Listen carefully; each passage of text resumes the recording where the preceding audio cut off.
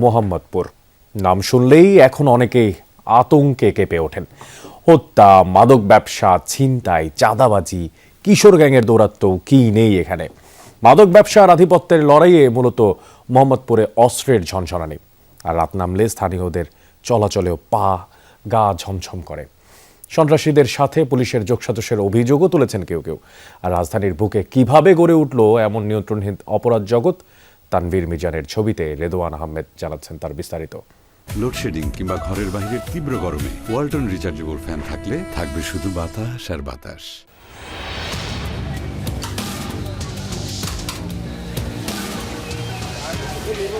মুক্তিযুদ্ধের পর অবাঙালিদের পুনর্বাসনের জন্য গড়ে ওঠা জেনেভা ক্যাম্প। সময়ের পরিক্রমায় সে এলাকায় এখন রাজধানীর অন্যতম অপরাধপ্রবণ জনপদ।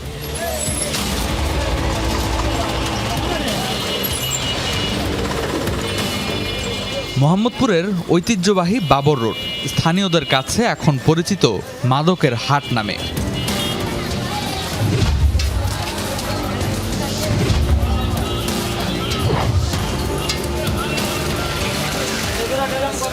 পরিচয় গোপন করে বাবর রোডে গিয়ে দেখা যায় এই পথে চলাচলকারীদের ঘিরে ধরছেন মাদক কারবারিরা।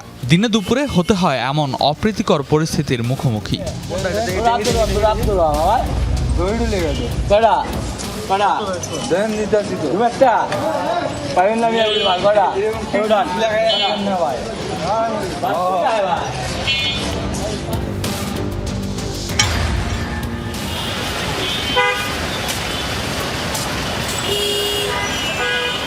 ক্যাম্পের ভেতরেই হাঁকডাক দিয়ে চলছে মাদক কেনাবেচা।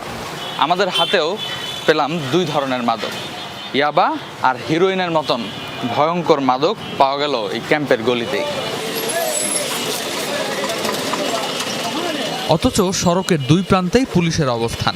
স্থানীয়দের অভিযোগ, মাদক ক্রেতাদের মাঝে মধ্যে আটক করলেও মূল কারবারিরা থেকে যাচ্ছে ধরাছোঁয়ার বাইরে। গেলেই হবে ক্যাম্পের বাজারে, হ্যাঁ গেলেই হবে, আর ওই ডাকবে মাদক ব্যবসা, চাঁদাবাজি আর আধিপত্য বিস্তারকে কেন্দ্র করে মোহাম্মদপুরে সক্রিয় অন্তত অর্ধশত অপরাধী চক্র। বিভিন্ন নামে গড়ে ওঠা এসব গ্রুপের দ্বন্দ্বে প্রায়ই ঘটছে হামলা, ছিনতাই, কুপিয়ে হত্যা। জনমনে আতঙ্ক ছড়াতে বিভিন্ন ছদ্মনামে এলাকা দাপিয়ে বেড়াচ্ছে অপরাধীরা। পারিবারিক নাম ইমন হোসেন, তবে এলাকায় পরিচিত ছিলেন অ্যালেক্স ইমন নামে। স্থানীয়দের ভাষ্য অনুযায়ী তিনি ছিলেন কথিত অ্যালেক্স গ্রুপের প্রধান। দিনের আলোতেই প্রতিপক্ষ আরমান সাব্বির গ্রুপের সদস্যরা প্রকাশ্যে কুপিয়ে হত্যা করে তাকে। হত্যার সেই দৃশ্য ছড়িয়ে পড়ে সিসিটিভি ফুটেজে। ওই যারা মারছে অবসাতে ছিল, এই যে মারামারি দরাদরি করতো, খুব আইসা আমি আইসা জড়াই ধরছি, জড়াই ধরাতে দিই আমার এই যে এখন আমার এই যে গায়ে রক্ত, পরে দেই যে আমার ছেলের মাথা মতো সব কাটা, আর কেউ ধরতে দিতে আসে না। ও মরার পর শুনতেছি যে ওর 18টা মামলা ছিল। যদি ওর 18টা মামলা থাকেই থাকে, একটা মানুষের একটা মামলা থাকলে তো উনি জেলে থাকে, ওর 18টা মামলা পুলিশ কেন তাহলে ওকে ধরে নেই? আরমান, শাহরুখ, কাল্লু, তারপর হচ্ছে ওদের যে বড় ভাই সাব্বির যে লিগ দেয়, উনিও ছিল। ওরা ওই এলাকার প্রচুর গ্যাং লিডার, ওদেরকে সবাই ভয় পায়। দীর্ঘদিন ধরে বাবর রোড এলাকায় বসবাস করেন এক কলেজ শিক্ষক, কিন্তু ক্যামেরার সামনে কথা বলতে চান না, কারণ ভয়। এখানে গোলাগুলি হয়, ছুরি নিয়ে রক্তের ঝনঝনানি, ওরা নিজেরাই মারামারি, খুন খারাপ, ঢেল, অনর্গল, ছোট বাচ্চারা পর্যন্ত অংশগ্রহণ করে। এই ক্যাম্প থাকা অবস্থায় কোনো ক্রমেই এটার সমাধান হবে না। শুধু ভয় আমার কেন, প্রত্যেকটা মানুষেরই ভয় আছে, কারণ আমরা যারা নিরিবিলি পরিবেশ পছন্দ করি তারা সবসময় আমরা রিস্কের ভিতরে থাকি। এদের সাথে উল্টাপাল্টা কোনো কিছু বলে বা প্রতিবাদ করতে গেলে মনে করেন দলবদ্ধভাবে, সংঘবদ্ধভাবে ওরা এসে বাসা বাড়িতে আক্রমণ করে। অথচ এই মোহাম্মদপুর এলাকায় রয়েছে বেশ কয়েকটি স্বনামধন্য শিক্ষা প্রতিষ্ঠান। স্থানীয়দের আশঙ্কা, সহজলভ্য মাদকের ভয়াল থাবা ধীরে ধীরে গ্রাস করছে তরুণদেরও। ড্রাগ তো এখন একটা মেনেসের মতো পরিণত হয়েছে, হ্যাঁ, এবং আমাদের এই তরুণ সমাজকে আমরা ডেমোগ্রাফিক ডিভিডেন্ডের কথা বলি, কিন্তু যদি এই মাদকের এই হাত থেকে যদি আমরা রক্ষা করতে না পারি, তাহলে তো এই ডিভিডেন্ড তো আমাদের জন্য একটা লায়াবিলিটি হয়ে যাবে। এই দায়িত্বটা কে নেবে? যে যখন মিডিয়াতে বলাই হচ্ছে যে সিটি অফ গডের মতো একটা ডিস্টোপিয়ান একটা জায়গায় চলে গেছে, সো এই জায়গাটা আমাকে যদি ইন্টারভিন করতে হয়, তাহলে সেটা কোথায় করবে? পুলিশ বলছে ঘনবসতিপূর্ণ এলাকা আর অসংখ্য সরু গলির কারণে অভিযান চালাতে বেগ পেতে হচ্ছে তাদের। তবে নিয়মিত অভিযান চলছে।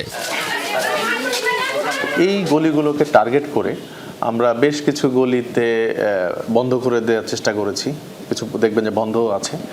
আর বাকি বড় বড় গলি যেগুলো, এই গলিকে টার্গেট করে আমরা দুপুর থেকে রাত পর্যন্ত বেশ কয়েকটি চেকপোস্ট এবং বেশ কয়েকটি পুলিশ স্পট আমরা এখানে রেখেছি।